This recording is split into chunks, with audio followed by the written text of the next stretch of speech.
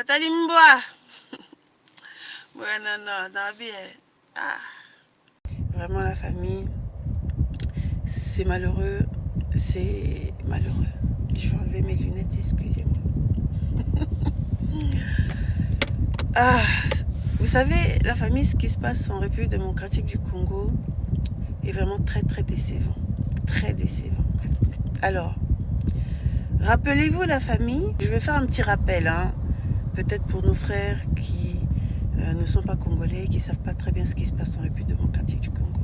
C'est-à-dire qu'au nord de notre pays, dans le Kivu, nous avons donc là des massacres qui restent impunis, des viols qui restent impunis, des meurtres qui restent impunis, du pillage qui reste impuni. D'accord? Des invasions rwandais qui restent impunis, des massacres, des tueries des Rwandais au peuple congolais qui restent impunis. Et là, la famille, vous avez nos frères congolais du Kivu qui se réunissent et forment un groupe qu'on appelle Wazalendo, parce que les FARDC sont incapables de les protéger. Ah oui, notre armée FARDC a été donc envoyée là-bas avec instruction de ne pas attaquer, de ne pas riposter, que d'observer. Voilà, leur mission là-bas est d'observer, leur présence là-bas est d'observer. Congo, vraiment babeti biso pa rebelle mabe. Gouvernement ni nezanga équipement ya kobeta munguna. Eza biete. Gouvernement Tshisekedi. Faux gouvernement. Mbango zo matate biso to boka to kufaka.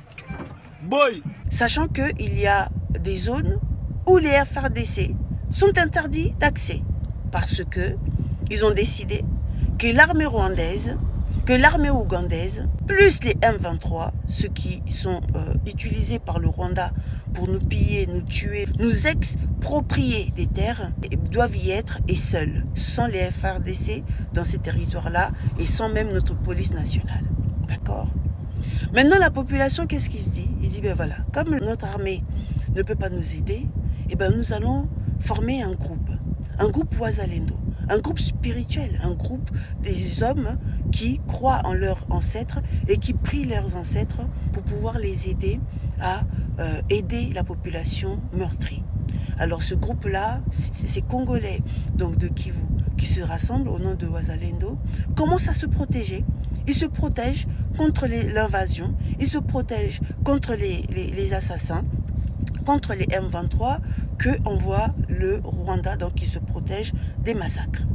Il y a quelques temps, il n'y a pas très longtemps, quelques mois, peut-être un an, lorsque le gouvernement congolais s'est attaqué au Wazalendo, c'est-à-dire que on se réveillait un matin et on a entendu que les gardes républicaines étaient donc allées au lieu de culte des Wazalendo, au Nord Kivu, les assassiner, les massacrer, les décimer.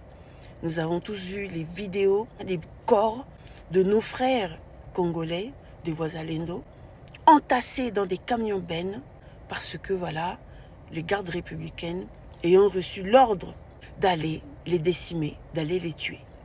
Regardez les camions de mort.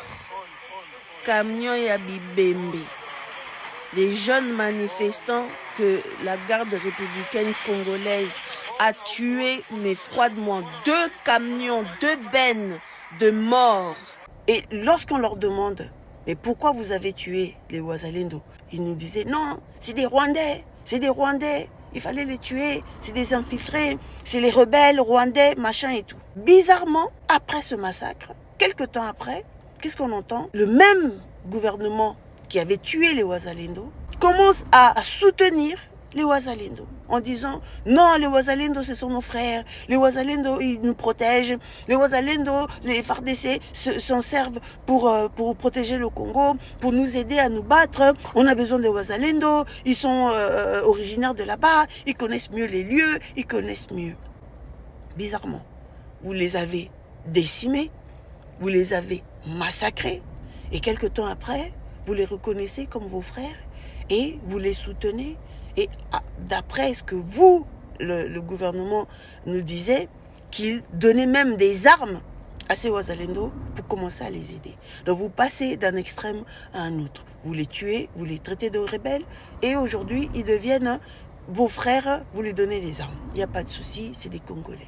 La famille, bizarrement, le gouvernement congolais, ça c'est l'actualité du jour, qui est allé un peu partout donner les terres du Congo, cartographier nos richesses si vous voulez, faites les raffineries d'or si vous voulez, prenez nos lithiums. Ils sont allés dans tous les pays d'Europe pour aller commander, pour aller offrir, pour aller chercher à ce qu'on puisse, comment dire, leur soutenir, hein, chercher de la sympathie. Alors où je vous parle, ces mêmes pays auxquels on est allé chercher la sympathie, que ces mêmes pays qui ont eu le privilège de cartographier les richesses, hein, les mines du Congo, hein, toutes les richesses de la République démocratique du Congo, ce sont ces mêmes nations-là qui, aujourd'hui, ont reconduit des sanctions relatives aux armes, aux finances, aux voyages imposés à la République démocratique du Congo.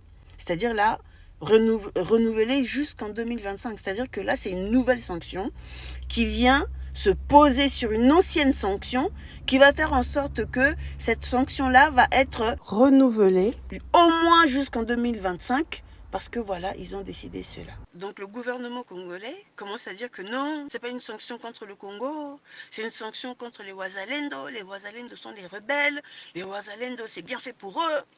Mais attendez, on est où là? On est où? Franchement, arriver à ce point-là, à réfléchir ou bien à prendre des gens pour des idiots, non, moi ça fatigue, ça fatigue. J'ai l'impression d'entendre les élus du Front National, hein, des gens vraiment qui n'ont pas, mais qui ont des petits poids dans la tête au fait à la place du cerveau, je sais pas. Les mêmes personnes que vous avez assassinées, que ensuite vous avez réclamé, hein, votre soutien envers eux, vous avez reconnu. Donc là, voilà, on vient de se prendre une autre sanction. Donc la République démocratique du Congo vient de se prendre une sanction, comment ça s'appelle, relative aux armes, au financement et au voyage donc imposé à la République démocratique du Congo.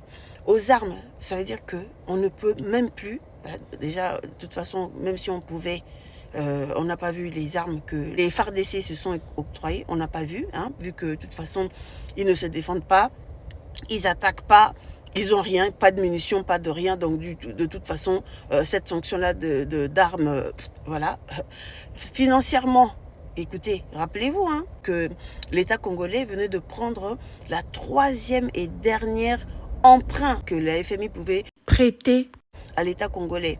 Donc la 3e emprunt et dernière, l'État congolais l'a déjà épuisé.